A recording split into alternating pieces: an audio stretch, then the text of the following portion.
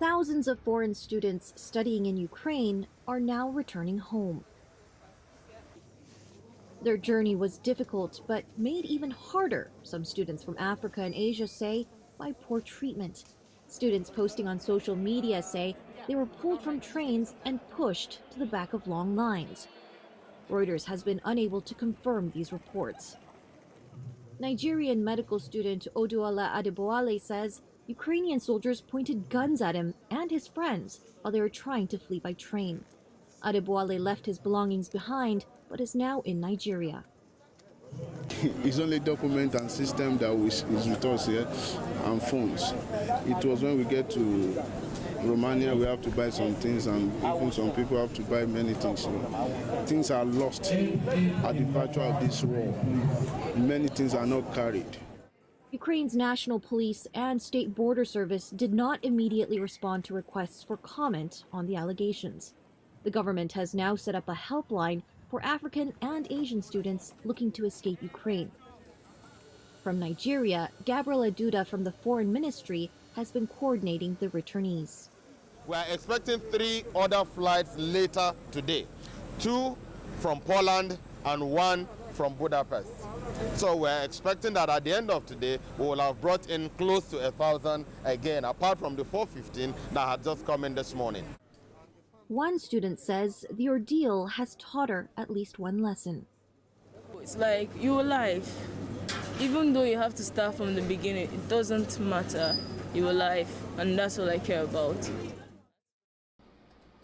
Russia is blocking Facebook in its country, according to its communications regulator on Friday. Russia said that Meta Platform's Facebook was being blocked for restricting state-backed channels.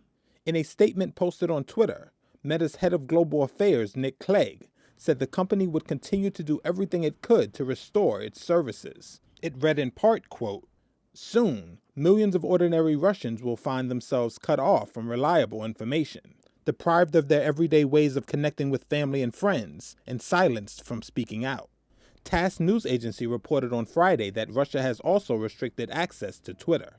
Russia has made several moves to crack down on foreign news media in recent days.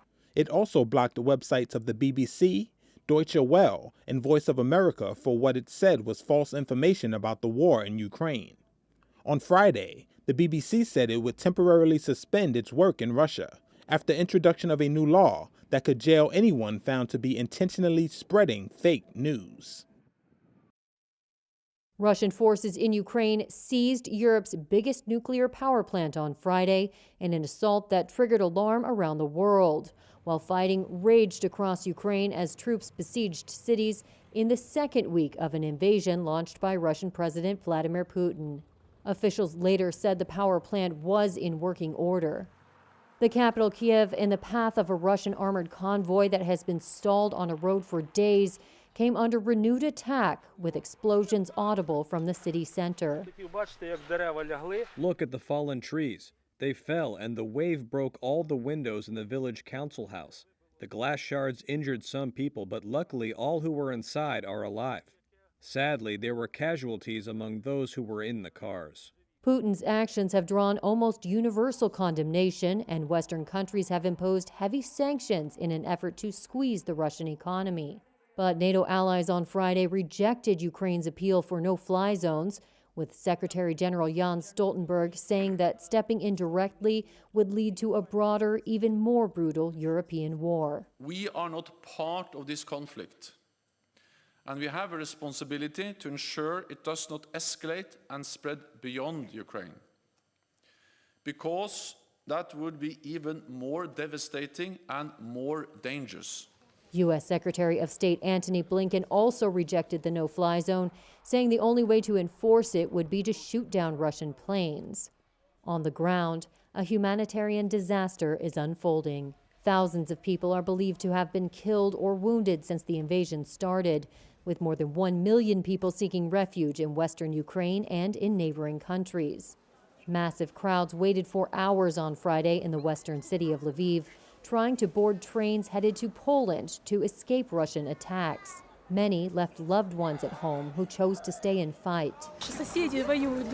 Our neighbors, our friends, fathers of such small children like this are fighting. They took pictures and videos of those liberators, young Russian boys who kill our people and blow everything up. Moscow denies targeting civilians and says its aim is to disarm its neighbor, counter what it views as NATO aggression, and capture leaders it calls neo-Nazis. Ukraine and its Western allies call that a baseless pretext for a war to conquer a country of 44 million people. Wall Street ended lower on Friday as the war in Ukraine overshadowed a much better than expected February jobs report that pointed to strength in the U.S. economy. The Dow finished 0.5% lower and the S&P 500 ended more than 0.75% lower, while the Nasdaq lost more than 1.5%. Rebecca Felton, a senior market strategist at Riverfront Investment Group, said given the backdrop of an ongoing war in Europe, it's hard for investors to focus on a strong U.S. jobs report. Well, it was very encouraging just from the standpoint of the fact that the numbers were better than expected, the fact that the unemployment rate continued to move lower. I think it's down to 3.8%. So you're essentially back to pre-pandemic levels in terms of actual unemployment numbers. And there actually, I think, are more people working than there were then. But nonetheless, that is right now has to be considered looking in the rearview mirror because no one is worried so much about some of the good economic data that we've had this week. And looking forward, everything is going to really key off the price of oil, I think. The war in Ukraine continued to boost energy stocks as crude oil prices and other commodities rallied once again. Financial stocks led the broader decline on Friday as investors worried about how sanctions against Russia may affect the international banking system.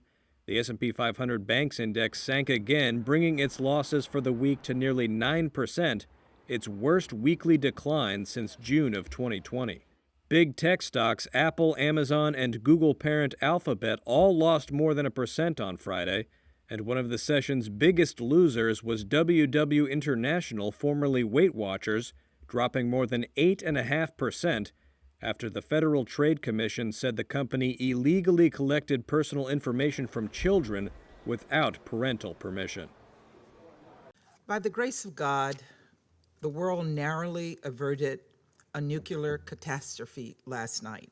Chilling words during an emergency meeting of the UN Security Council Friday after Russia's attack and seizure in Ukraine of Europe's biggest nuclear power plant. The attack, captured on a surveillance camera, reflected a dangerous new escalation in Russia's invasion, said U.S. Ambassador to the United Nations, Linda Thomas-Greenfield. It was incredibly reckless and dangerous, and it threatened the safety of civilians across Russia, Ukraine, and Europe. Many of the Security Council's envoys warned against a repeat of the 1986 Chernobyl disaster. They said the recent attack was against international humanitarian law and urged Moscow to refrain from any military operations targeting the nuclear facilities. A blaze broke out in a training building at the power plant as shells hit the area overnight, triggering alarm around the world. Chief of the International Atomic Energy Agency said the plant was undamaged from what he believed was a Russian projectile. Russia's defense ministry also said the plant was working normally. It blamed the fire on an attack by Ukrainian saboteurs and said its forces were in control. But Ukraine's ambassador to the UN said Russia was lying and warned that thousands of people living nearby would be endangered if operations there are disturbed. If at any point the cooling process is disturbed, this could cause radioactive damage across large territories and have irreparable consequences for the environment of the entire continent. While Western countries have vowed to defend NATO allies but not send troops to fight in Ukraine, the former National Security Council's top Ukraine expert, retired Lieutenant Colonel Alexander Vindman, on Friday said Russia's latest move could tilt the scales. This is going to grind, and we're going to have these unforeseen situations like Russian forces attacking the largest nuclear power plant in Europe, potentially creating a nuclear disaster. And that is going to maybe compel U.S. forces to come in to secure some of these sites even.